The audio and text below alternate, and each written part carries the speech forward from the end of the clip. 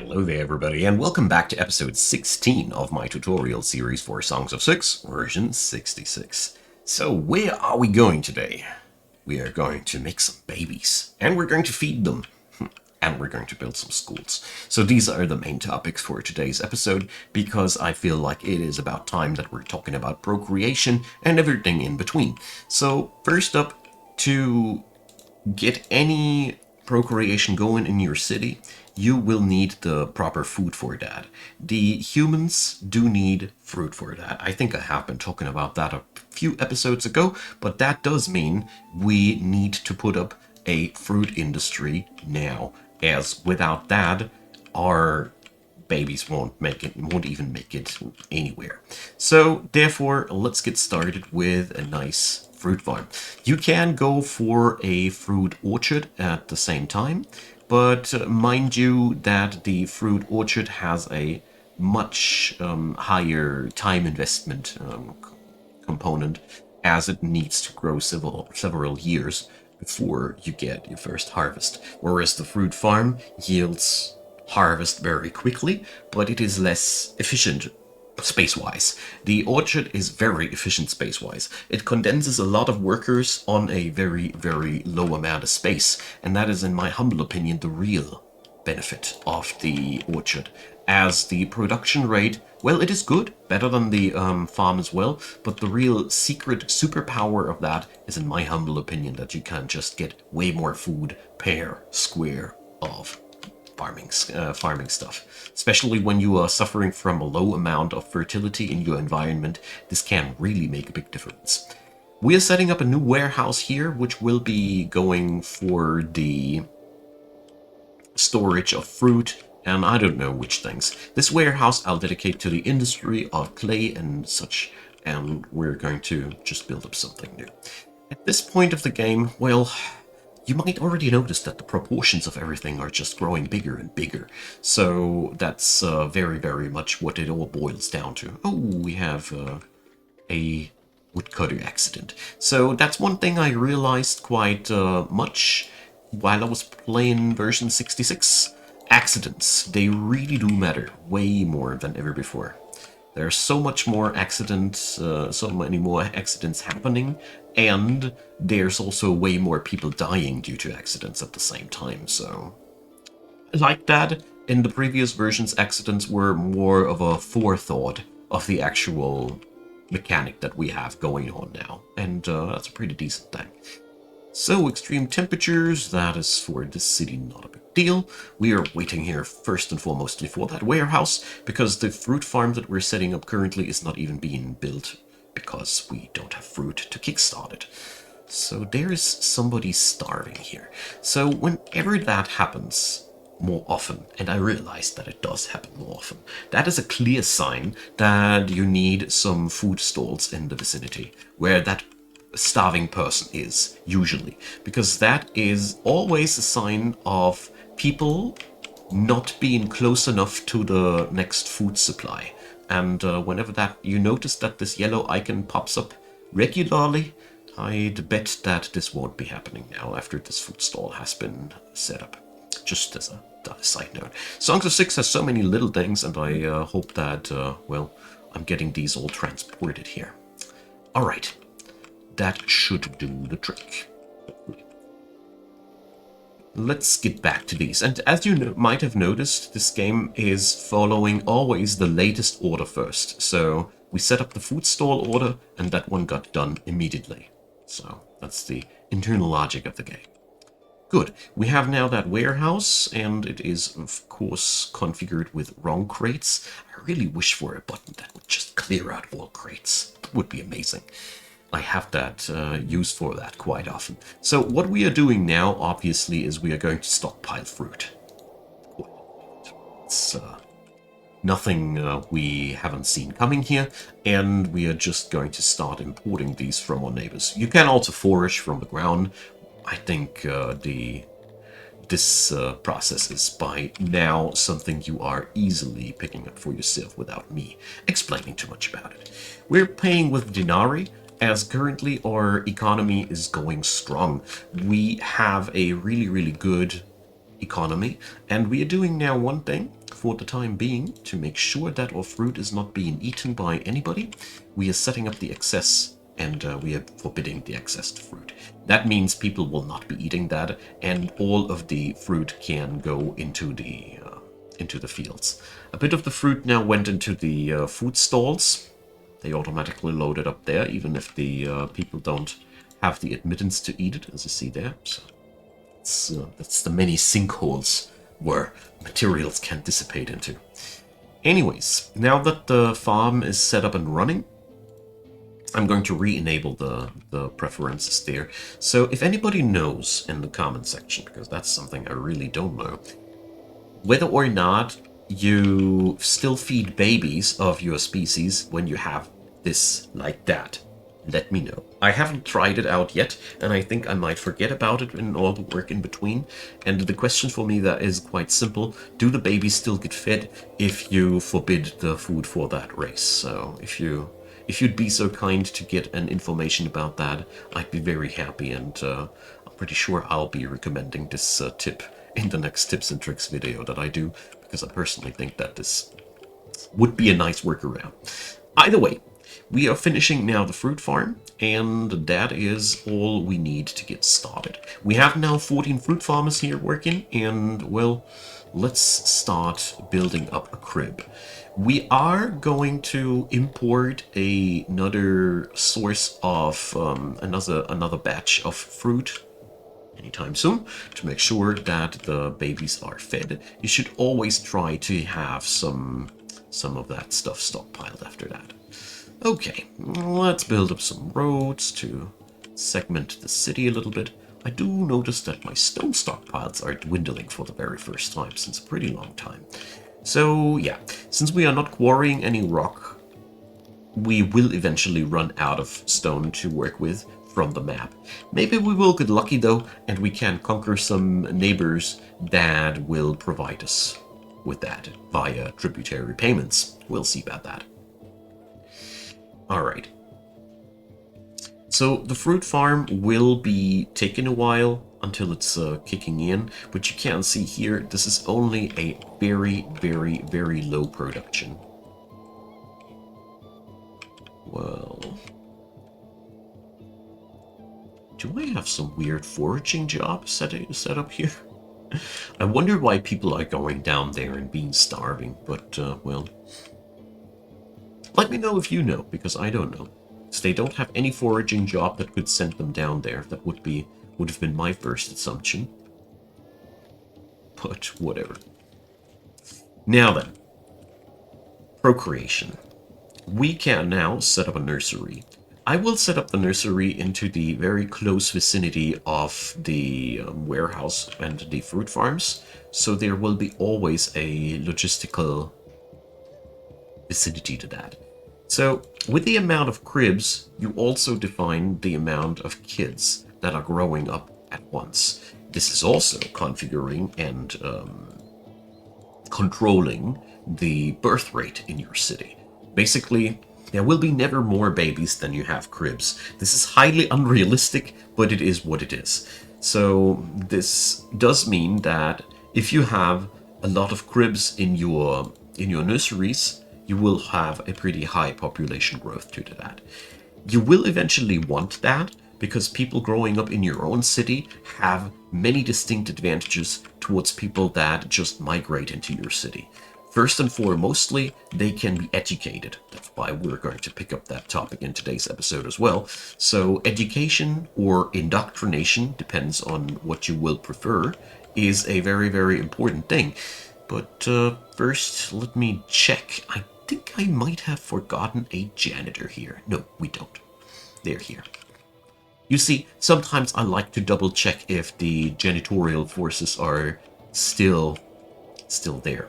So at this point of the game, setting up a nursery is not a big deal at all for us. Neither the furniture nor the fabric is a big deal for our industry to pick up. First and foremostly, we have to struggle with the fruit production. As producing fruit, well, okay, we have 16 pieces of fruit a day. That's going to be... It's cranking up now, day by day. As usual, farms only show their full production rate after a bit of time has passed. We are going to set ourselves up a nice starting stockpile of 500 pieces of fruit, so there will be no problems whatsoever. And I will be upgrading the fruit warehouse as well, so our fruit industry has no problems whatsoever. We are going to go for this whole thing as follows. We are going to increase our fruit production now to reach a point where we have lots of food available for the city. This is interesting due to two reasons. First of all, it ensures the survival of the babies. But second, you will start producing a food that is not important for your main race. This is interesting because food is something that you can always export with a massive profit. Everybody needs food eventually. Food is one of those goods that never grows low in demand because, well, I need to explain anything about that. So, therefore, it's really excellent to have that food that you use for procreation's sake. If it happens to be not the kind of food that your race needs in terms of favorite food, to have it then as an export good. So basically, to summarize what I want to do here is we're going to crank up the numbers high to make sure that we always have fruit for the babies, and we will start exporting the upper 20% of the production to make sure that we're also yielding in a huge amount of profit while we are growing our city with own homegrown people. So you win in both directions. Now, the next thing we are researching is schooling. This is enabling us to build schools. Big surprise, eh? So schools can go two directions. Schools can do indoctrination or education. The difference between indoctrination and education, I think it is very clear and easy to understand. One is just obedience, and the other thing is, education in the classical sense. So the difference is specialization in terms of making your people more efficient in one particular job. Like, that's what education does, whereas indoctrination, and that's something I didn't know as of recently, will make your labor-intense industries more profitable, like mining and woodcutting and farming, or so I've been told from the comment section. I need to do some research about that. And indoctrination also makes them more resilient against dips in the happiness. Basically, you can imagine it like indoctrination is another form of happiness that protects your people from unhappiness and happens to make them more productive in the labor-intense industries. Here we go. So schools should ideally have as many education spots as there are students in there, obviously. And we can here again fill every blank spot inside with carpets, or you set up shelves which have a higher furniture cost. Oh, geez. This one is quite a crowded school, but as you can see, that's why I love carpets. Doesn't matter at all. 100% efficiency does require furniture, paper, and fabric, but like I said several times, these resources don't really hold us back anymore. And here's the nursery done. So here we now have 4 workers working. I don't know where the babies are coming from. You see, they just appear after a while. So 12 days until our next child. Basically, they will always keep bringing new childs. Yes, my English is Englishing very well today. They will bring new children there in this period of time, and they will do so until the capacity is full. You can also artificially lower the capacity of your nursery by lowering the amount of people working there.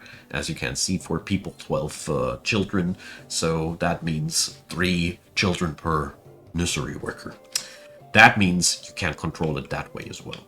Either way, the gist of it here, and the main thought, or the main important thing that I want to point out here, is that you should be really careful that you bring up not too many children, at least not more than you can feed. But as we see here, our fruit production is massively exceeding what we got there, so shouldn't be any bigger issue whatsoever. The thing is, our farm here is fully irrigated, and it's also technology-wise a pretty decent one. So yeah, of course it's working pretty decently. Let's set up some more housing in the vicinity of the school, so the families will have some place to live at as well as our housing is going low again. Okay. And this mechanic works the same for all of the different races out there. They all need something different to eat. In that regard, the humans are pretty much the only race that has the advantage that they feed their babies some food that their adults don't like anymore or don't like too much anymore. I think the tilapia are the same, but Gardemi with meat, Cretonian with veg, and the Amevias with fish. If I remember correctly, those are all favorite foods. Yep, they are. So, yeah. As you can see, races in this game are really distinct and different. And what the hell are you guys collecting out there? I mean, there is not even a resource depository there that would explain to me what is happening there. But whatever. As long as the people are not really starving and just plain pretend starving, I don't care. And that pretty much sums it up. You can then, when the school is up, let's see how long that'll take. So let's go on over to the this part here. So here we can decide whether our schools shall indoctrinate or educate. So as you see there, indoctrination does have a lot of benefits in terms of these industries that I mentioned, but it downgrades the productivity in libraries, but it upgrades the happiness. On the contrary, education makes unhappy. You know, the more you know about the world, the less you like it. So, in a nutshell, the education makes you better in the sophisticated industries, but it puts up even a dent into happiness. On the bright side, though, every race also has a different stance towards education and indoctrination. So, for example here, the humans like both, but if we look at the Cretonians, they even dislike to be educated. They only like to be indoctrinated. And everybody is a little bit different there. Most people even dislike education, as you see there. This is the love for education is a unique trait on the human race. So everybody else loves rather to be indoctrinated. Here our first fruit farm is coming to full bloom. And we have 12 babies now. These babies, they will go into the population count. I think they are currently not before they are children. I think they only get into the count once they are children. Once they are children, the school should be ready. If you don't have a school, they'll just grow up regularly. It is not a must-have for procreation at all. You can get the procreation industry way earlier up and running than I did here. Another real neat trick, if you can't bring up the fruit industry to your procreation that easily, you can also set up a holder into the doorsteps of your nursery and just let them haul the necessary food in there. You see on these little pellets there that every crib is well filled. This is exactly what you need to pay attention to. Everything else is just like any other workshop. This is just a workshop where we make babies. What can I say? They turn eventually into children, and in this workshop we turn them into educated children, which eventually turn into educated adults. So all in all, education will make your city more profitable in terms of the industries that I mentioned. In our scenario here, it is very desirable, as not only will we gain more science. In terms of science, it has the highest impact, by the way, but also all of our other crafting industries will grow more and more profitable.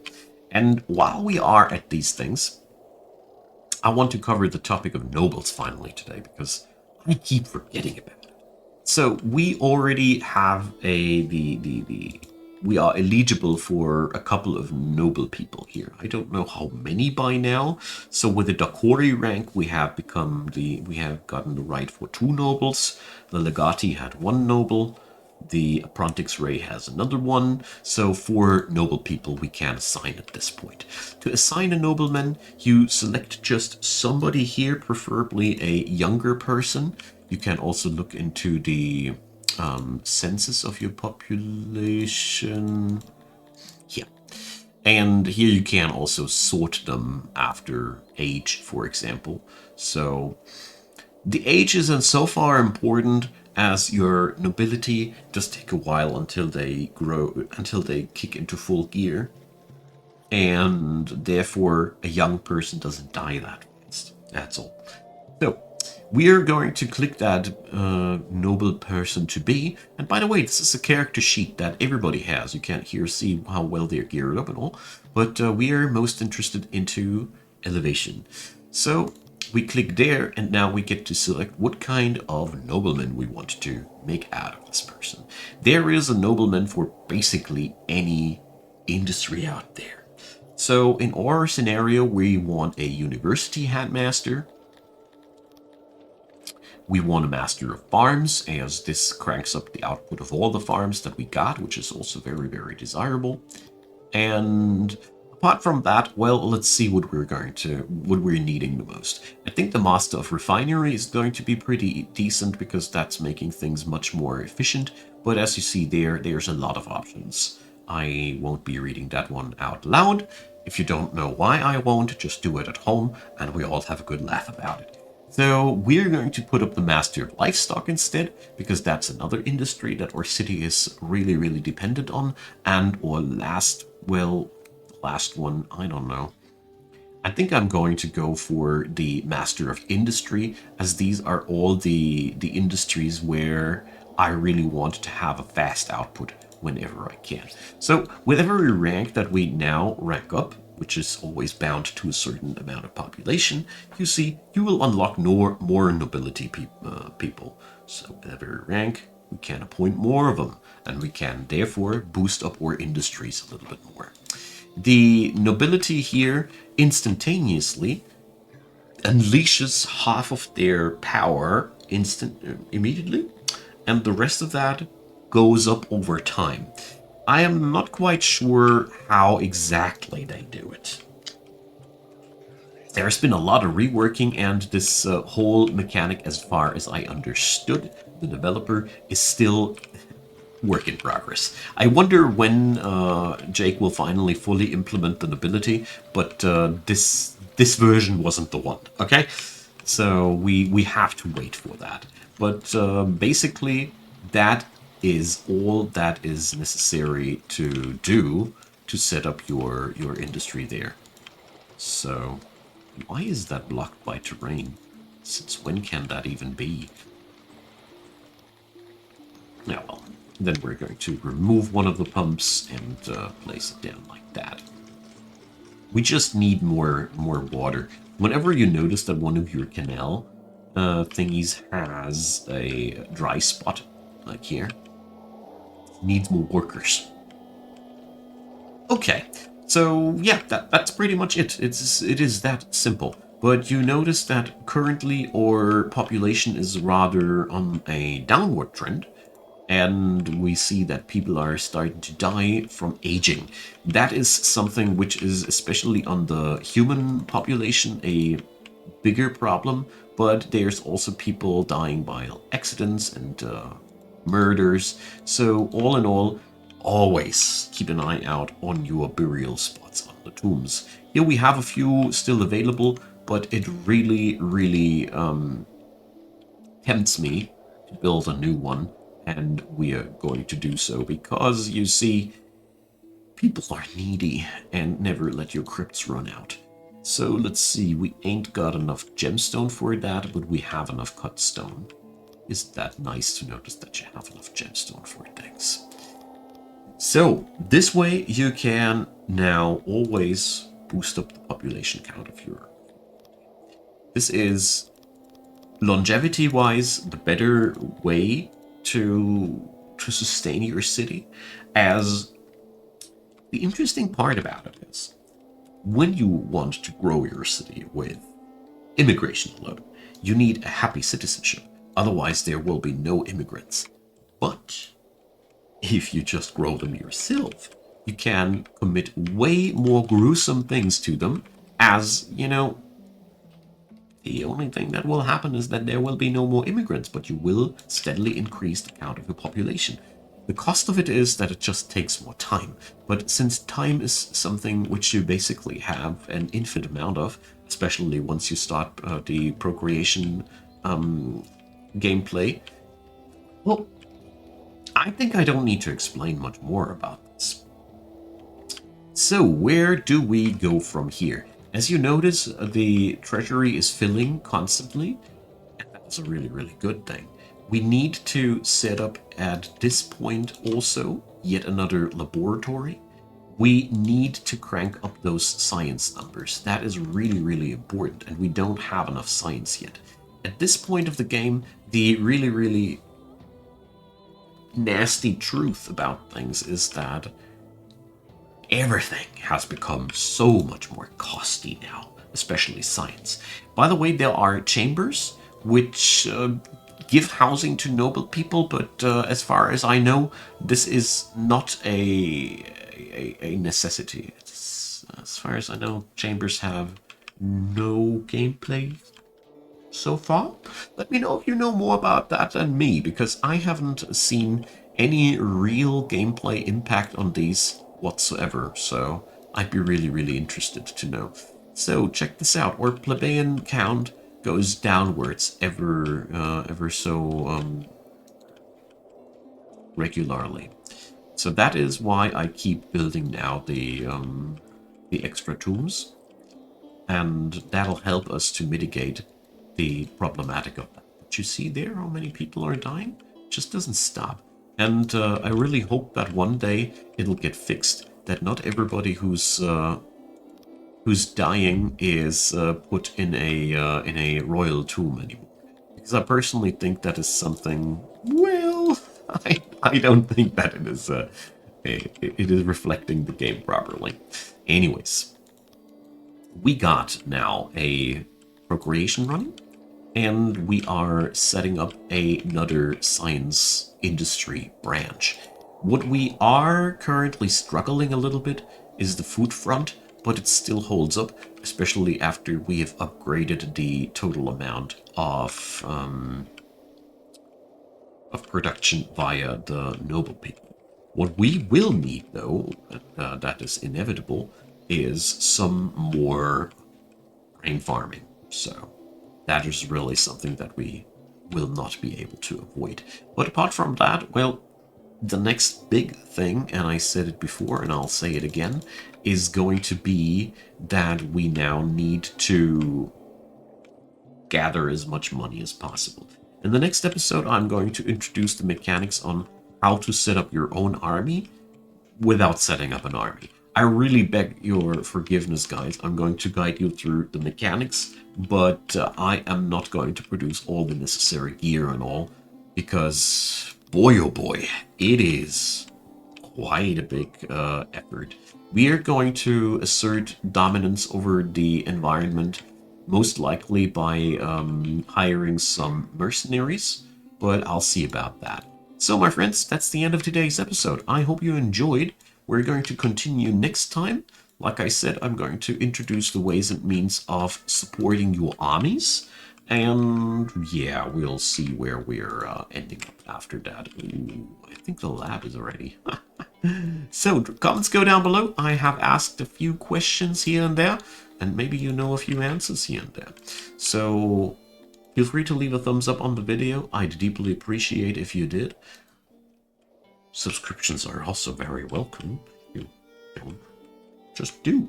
And in the description box down below, you'll also find playlist links to the rest of the series. Maybe you're new to this. And there's also a playlist link to the rest of my tutorials for version 66 of this game, because I also do shorter tutorials, so in case you don't like the Let's Play format that much. Yeah, also check out the rest of the description box. Thanks for the support, all you fine supporters of Icon Gaming. Deeply appreciate you guys, and a big thanks to you, especially you right there, right now, watching this video. You watched it until the very end, and that really, really does mean a lot to me. So feel free to drop me a comment, and see you next time. Bye-bye.